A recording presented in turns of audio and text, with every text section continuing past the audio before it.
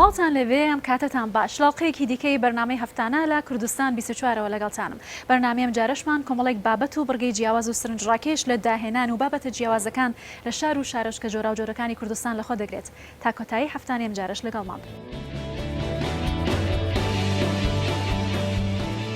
گەنجێک لە هەولێر شوێنی ئاو خواردنەوە بۆ سەگ و پشیلەی سەر شەقامەکان دروست دەکات.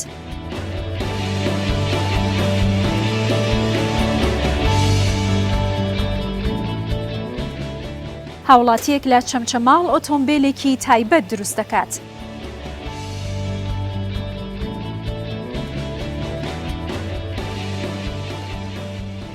گەنجێکی ناحێشی لا دەزێ 15 جۆر باڵندە بەخێو دەکات و دەبێتە هاوڕێیان.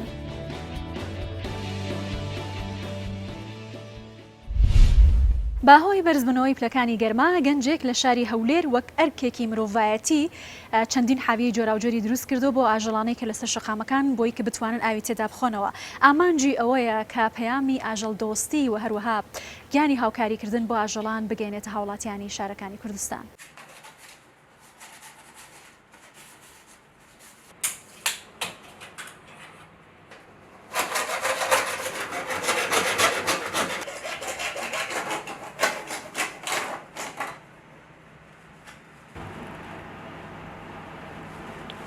ئەمن ناوم زانا نورەدین حوسێنە، خەڵکی شاری هەولێرم. کارم خۆم خۆشنووسم، کاری تابلۆسازی دەکەم. جگە لە بوارەی حەز بە کاری ئاژەڵدۆسی دەکەم لە بوارەی پشیلە. جا چ خواردندانبی یاخود پشیلە کۆڵان و سەرجادەبی چیان دەکەم و بەپێ و توانە یان ئەو کات و مەجاالەی کە بتوانم یارمەتیان دەدەم.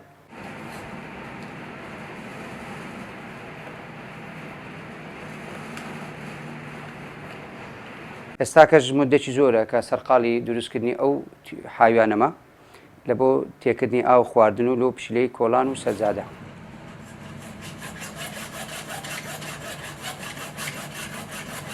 فکرم لەوەی لۆ هات کە پشیلەی کۆڵانێمان زۆر دەدی بە حکمی ئاژەڵ دۆستێکەمان کە چایان دەکەین و ینی نەخۆش دەکەون و حالەتانە دێتە پێش ڕۆژانە. دیقەتماندایە یعنی پشیلەکان زۆربەی زۆریان تووشی ینی لە برسێتی تووشی و حالەتی دەبن، مثالە نەخۆشی و یان زۆر جار ڕاکەڕاکەتیان لە کۆڵانان توش حادسەی سیارە دەبن لەبەر مۆزوعی برسێتەکەیە، ینی نانیان بەدەست ناکەی. ئەو نان بەدەست نەکردنش بە هۆکار خۆی دەزانم، ینی هۆکاری خۆی ئەوەیە کە یەک لە هۆکارەکان ئێستا دانانی ئەو حاوی کۆڵانانە کە خەڵک بنێن زبڵ و خواردنی زیادە برشتی تێدەکا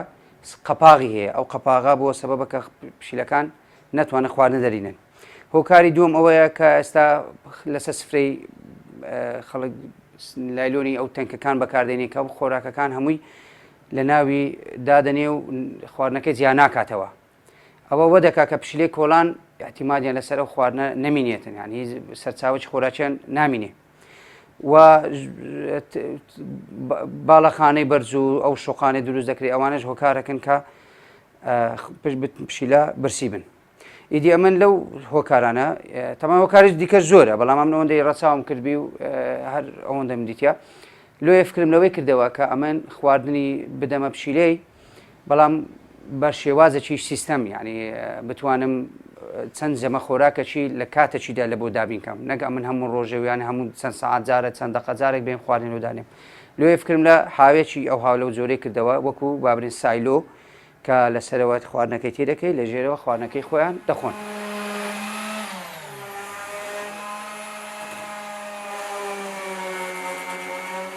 ئەمن وەکو خۆمە تا ئێستا هیچ لایەنێکی پەیوەندیدار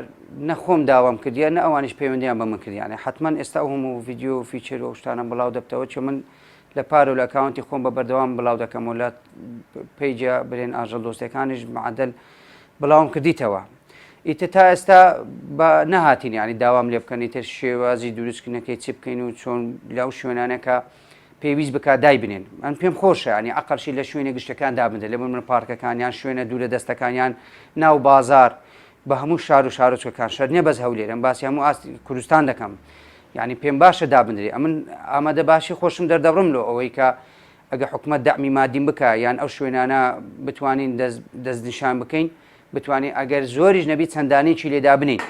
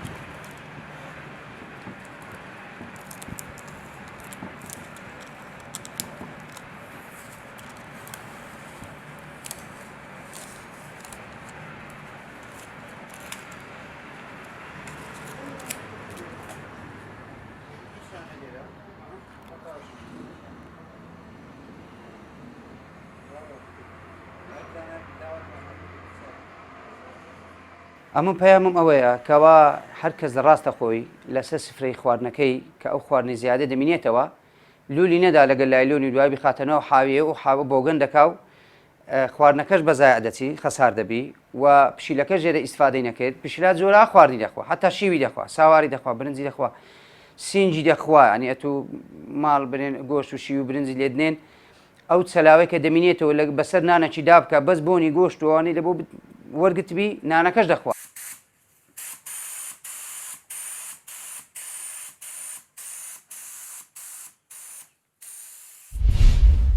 هونەرمەند خۆشەی شەوقی توانیوێتی چەندین ساڵە لە ڕێگەی کارە هونەریەکانیەوە خزمەت بە بواری هونەر بکات. ئەو هونەرمەندە توانیوێتی 120 جۆر سابوون لە کەرەستەی کوردەواری و سروشتی دروست بکات و بە شێوازێکی زۆر هونەری دیزاینی بکات. هەروەها چەندین جۆر کرێمی دیزاین کردووە کە جۆرەکان و پێکاتەکانی پێکاتەی سروشتین. ئەو دەڵێت کە ئامانجم ئەوەیە کە بڵێم ئەتوانین ئەو شتانی کە لە دەرەوە هاوردە دەکەین بۆ خۆمان دروستی بکەین.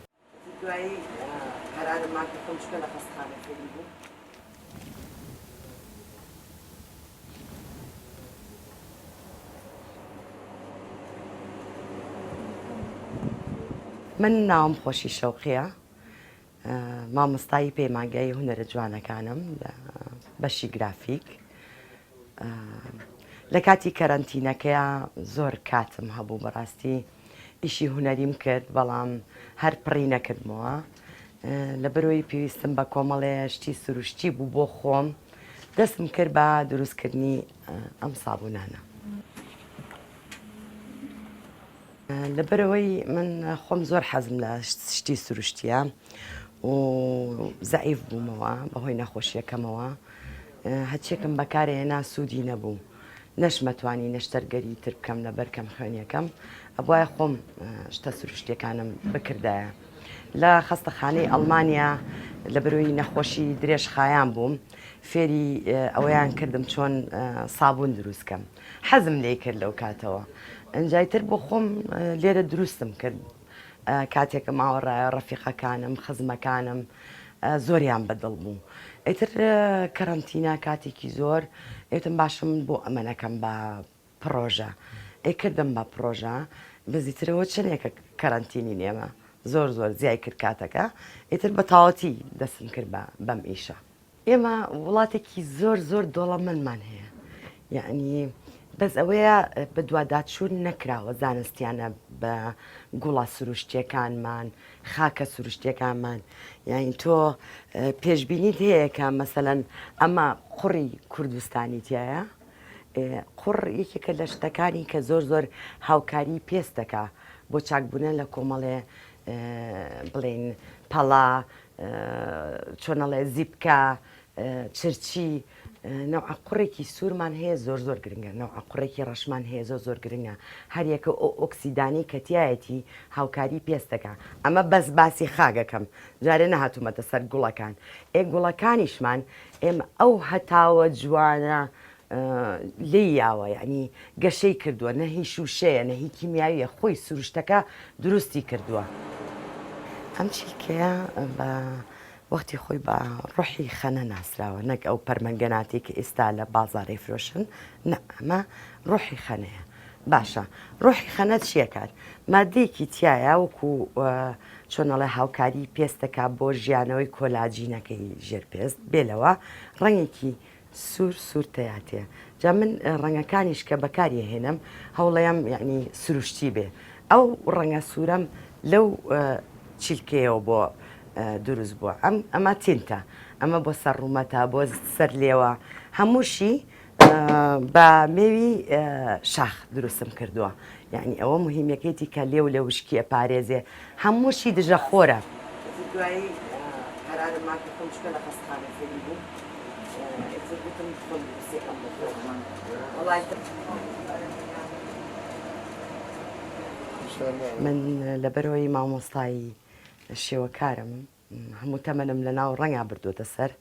ناکرێت ئەو سابوونەی کە دروستەکەم بێ ڕنگ بێ بێ دیزاین بێ لەبەرەوە حەزمە کرد دایما تایبەت بێ ئێستا مەسەن ئەمە ئەڤۆکادۆی تایە ئەلۆڤێرای تایە ئۆکەی دوای ئەوەی تۆ ئیشەکەکەیت کۆمەڵێک گۆڕانکاری بەسەر ڕەنگەکان نایە دێکسەر ئەو ڕەنگە نایە بەدەستەوە لەبەرەوە بێتەوە دراسێکی تەواوی ڕەنگەکان بکەی دوای ئەوەی کە ئەبێ بە سابوون ڕەنگەکەی ئەگۆڕێ ئایا چی لێت ئایا ئەو مۆرە چۆنیێتە دەرەوە مۆری کاڵ سوور چۆن ئەمانە دەرەکەی جا من ئەمانە هەمووی یعنی دیزایانی تایبەتم بۆ کردووە تێکەڵکردنەکەی حەزم کردووە لە تابلۆکانم بچێ تەنانەت جوڵەی سابوونەکان لە تابلۆکانی خۆمەچێت من ئەم کارانەی کە کردومە ینی لە هەموو ژیانی هاوسەرگیریمە چێکم کردووە هاوژینەکەم زۆر پشتیوانم بووە جاکە یعنی ئەو بیرۆکەیەم باس کردوتم من حەزەکەم بیکەم بە پرۆژە ئەو سابوونە یەک سەروتی بۆنا حەزە لە چییە من هاوکاری دەکەم فعلەن یعنی هەموو سات بە سات لەگەڵما بۆ سات بە سات هاوکاری کردوم ئیتر دوای ئەوە وای لێ هاوکە جیایکەینەوە کارەکانمان مثلەن من خەریکی سابوون بم ئەو خەریکی پیج بێت کە ئیشەکەی ئەو ئەندازیاری کۆمپیوتەرە خەریکی پیجەکە بێ خەریکی دیزایانی ناو پیج و بڵاوکردنەوەی بێ بە ناو خەڵکە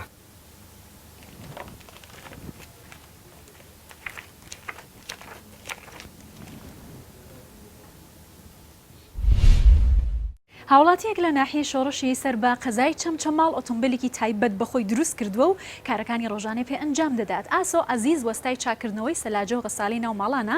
بەڵام لەگەڵ ئەو کارانەی خۆشیدا حەزی لە داهێنانی نوێ ئەو دەڵێت کە سەرجەم پارچەکانی ئۆتۆمبیلەکە بۆ خۆی کۆی کردوتەوە بزوێنەری ماتۆری لەسەر داناوە پارچەکانی دیکەشی لە پلاتین دروست کردووە حەزیشی لەیەکە گەر بتوانێت لە داهاتوودا کاری گەورەتر بکات دەشڵێت کە ئۆتۆمبیلەکەی تەنیا لە ماوەی 5 مانگدا دروست کردووە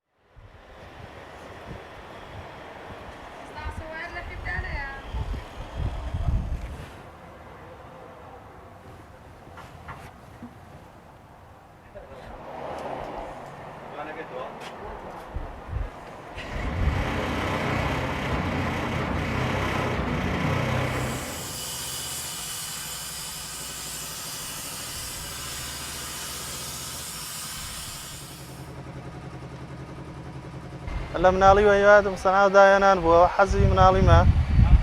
ئیتر بۆ دروستکردنی پێش ئەم وەزعی کۆرۆنا دەست بە دروستکردنی بەهۆی کەرەنتینەوە تاخیر بوو ئایستێش تەواوم کردووە و شت بەخوا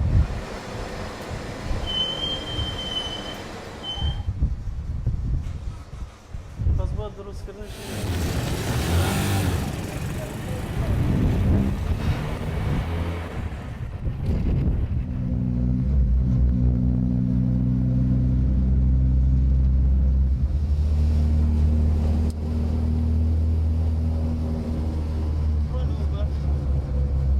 بۆ دروستکردنی هەمووی بڵێن ئینگلاینە پلێتەکانیش هەمووی پلێت 3 ملیمە بۆ دروستکردنی تقریبان بە 5 مانگ دروستم کرد بەس یعنی خۆم ئیشی ترێکم هەر ئیشێکی خەڵکیم بۆ هاتووە بڵێن وازم لێیانە جاری وا بۆ بە هەفتەی ڕۆژێ خەرکی بوومە بە ئیسراحەت دروستم کردووە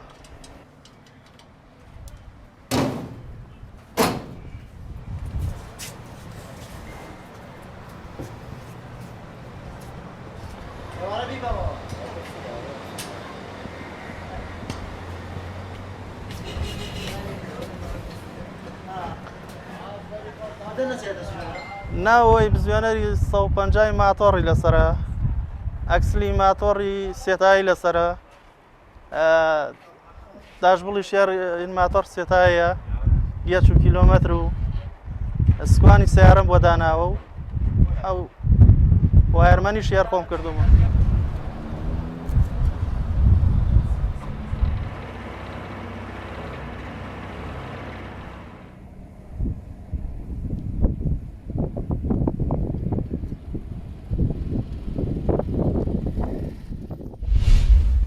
گەنجێکی ناحیەی شیلادزێ 15 جۆر باڵندەی جۆراوجۆر بەخێو دەکات و هەروەها بۆتە هاوڕێی باڵندەکانی ئەوەی کە جێگەی سرنجە ئەوەیە کە هەر باڵندەیەک ناوێکی تایبەتی خۆی هەیە ناوەکانی خۆیان دەزان و هەروەها خاوەنەکانیشیان دەناسنەوە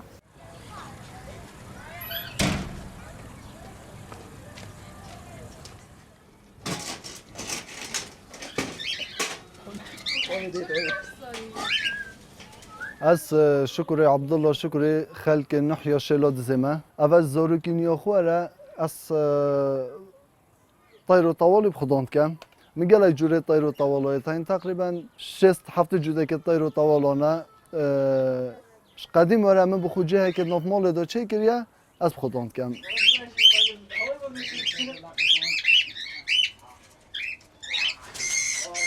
هندش جوره تو طیرا فنجس که کناریه بندوقیه طير الحبة كوكتيلا وكوا وطيريكي خرمية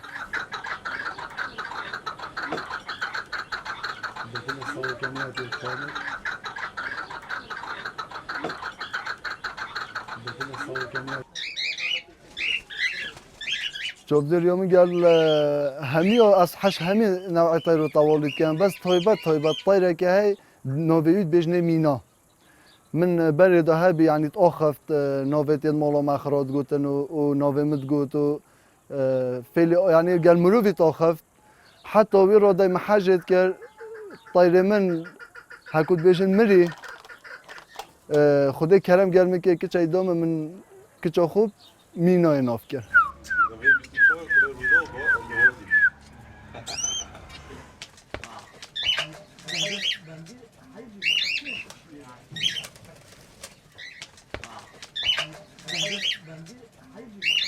بری نکم من جهوانه بیکو خورنه بود 10 روز بکمته دا اگر چما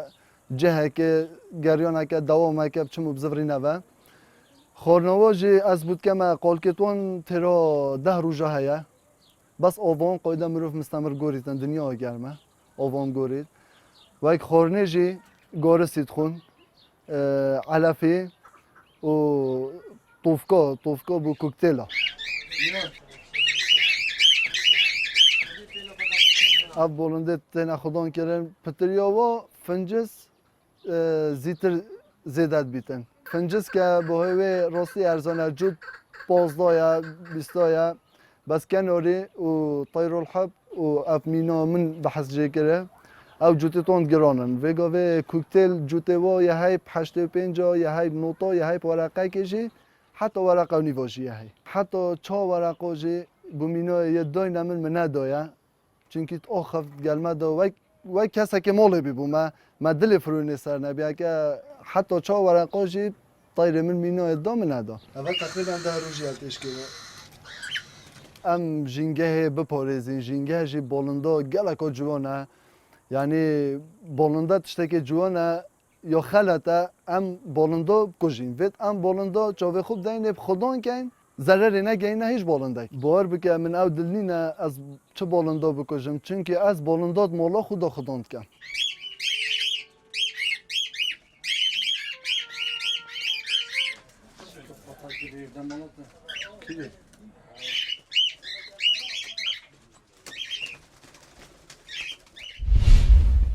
لە گوندی تەپی سەفای سەر بە پارێزگای هەڵەبجە خێزانێک حوشەی ماڵەکەی خۆیانیان بە گوڵ و کاری دەستی جوان ڕازاندۆتەوە هەر کەس کە لە خزم و کەسوکارەکانیشیان سەردانی دەکەن وێنەیەکی یادگاری لەو حوشە دەگرن و هەروەها جێگەی سەرنجیانە ئەوان دەڵێن کە سروش جوانێکی تایبەت دەبەخشێت و هەروەها ئەیانەوێت چێژ لە دار و درەخت و گوڵی ناوباخچەکەی خۆیان وەربگرن.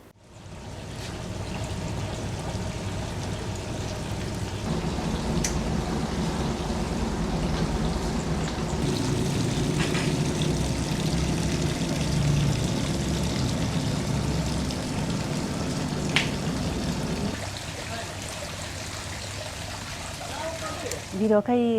دیزاینکردنی حوشەکەمان سەرەتا بڵێن هەر لە مێشکی خۆمانەوە بۆ حەز و خولەی خۆمان بۆ کە حەزمان بە سەوزای و بە ناشتنی گوڵ و نەمام و جوانکاری دیکۆری حوشە ئەوانە کردووە ئیتر بڵێن لە پەیجەکانی شاستەیرمان کردەوە بەڵام زیاتر ئەمانەکە دروستمان کردو بە چواردەوری ئەم حوشە ئایبینن هەمووی دیزاینی خۆمانەوە بە مێشکی خۆمان کردومانە من ئەم دیزاینی بەرد و خان و ئەوشتانەکە لە حوشەکە کراوەمانە هاوسەرەکەم کردوێتی دەستخۆشی لێ یەکەم شانازی پێوەکەم زایدن میش هاوکاریم کردووە یعنی هەتا ئەو دقیقە ئیشێکی دەست پێ کردو و تا کۆتایی پێهێنابێ من هاوکاریم کردەوە یارمەتیم داوە بەڵامی تر گوڵ و سەوزایی چۆنەڵێ سەوزای حوشەکە وەکو گوڵی ئینجانە و چیمەن و درەختی عەرزی ئەمانە زیاتر خۆم گرنگی پێدەم لە وەرزی بەهارە لە سەرەتای بەهارە دەستەکەین بە چاندنی ئەم گوڵانە خۆڵی بۆ هێنین گوڵەکان بە شێوەی شەتڵ و هەنێکیشی بە ڕیشکە ئەنێژرێ و خزمەتەکەین تمە بەردەوام ئاوێدەین و خزمەتەکەین و بنەکە یەکێڵینەوە ئاوە شێوازە.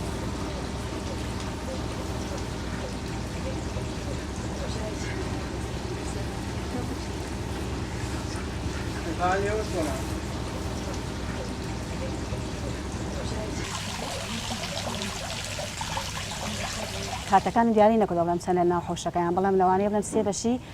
ڕۆژ کە ئێمە حەوشە زیاتر خەریکی پاکردنەوەی حەوشە و دیزاین و ئاودان و خزمەتکردنی بۆ ئەوەی کە نەفەوتێ و گژوگای زیادەی لێ دەرەهێن و زۆر ینی خزمەتیانەکەم زۆر زۆرانی بەخانە بڵێن بەقەدر ناڵەکان ئیحتیمامیان پێدەمە و نەخۆشمەوێن ئەنێگە ڕەشەبایە بە حەڵکە زەبایە بێت پێش هەموو شتێک خەمی حەوشەکەمە بۆ ئەوی دیکۆری تێک نەچێنێ وەکو یەکێ بێ بیبینێ ینی بە شێوەیەک زیاتر لە باڵەکە ئیحتیمامی پێدەم چونکە چۆنەڵی سروشت پەیوەندی بە مرۆڤەوە ئینسان بەبێ سروش ناتوانێت بژی ئێمە ئەو هەوای هەڵی ئەمژین لە درەختەکانەوە هەڵێمژی کەواتە ئەبێ خزمەتیان بکەین گرنگیان پێ بدەین ئەوان چەنە خزمەت بە ئێمەگەین ئێمەش بتوانین خزمەتیان پێ بگەین و لە ڕوویەکی عینی شۆ ئەڵێن دار و درەخت و سەوزایی ئەبێتە مای دڵخۆشی بۆ ئینسان نەخۆشی ئەپەڕێنێ وایە یعنی تەمەنی ئینسانەکان گەنجەکاتەوە ئیتر بە ڕادێکی زۆر زۆر گرنگیان پێدەم زۆر حەزیشم لێتی.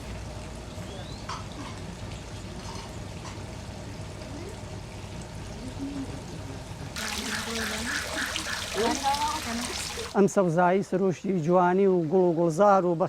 ئاودانی و بەڕاستی من خۆم لەوانەیە بژارم هەر نەکردێ ئەو بژاری کردویە و بۆ ئەوەی کەوا ژنگەیەکی پاک بێت و لە ڕاستیشە ئەم پاکۆخینە هەوا پاکەکاتەوە ژینکە پاکەکە و دڵخۆشکەریشە لە ڕاستیە بۆ ئینسان بیر لە هیچ ناکەیتەوە کەوا مەژغوڵە بێ بە ئەم گوڵ و گوڵزارانەوە و داوایشم هەیە لە هەموو خەڵکێکەوە کەسێ بە پێی توانەوە مەجای خۆی کە هەیەی ئەوش خەریکی ئەمی شانە بێ بە پێی توانەوە نییە کە بڵێم کەەوە شتێکە و زۆر ناڕەحەتە.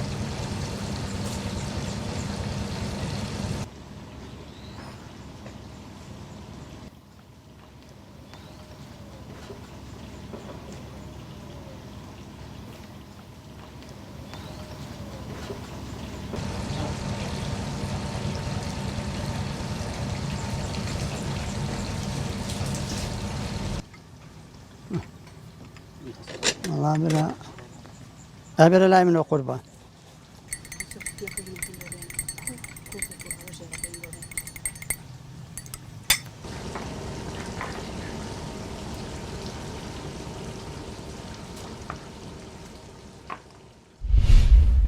لا ماوەی ڕابردوودا بینەری بەرنامەی هەفتانە بوون لە کوردستان 24ەوە تا پێگەیشتنەوەیکی تر هەر شاد و بەختەوەربن.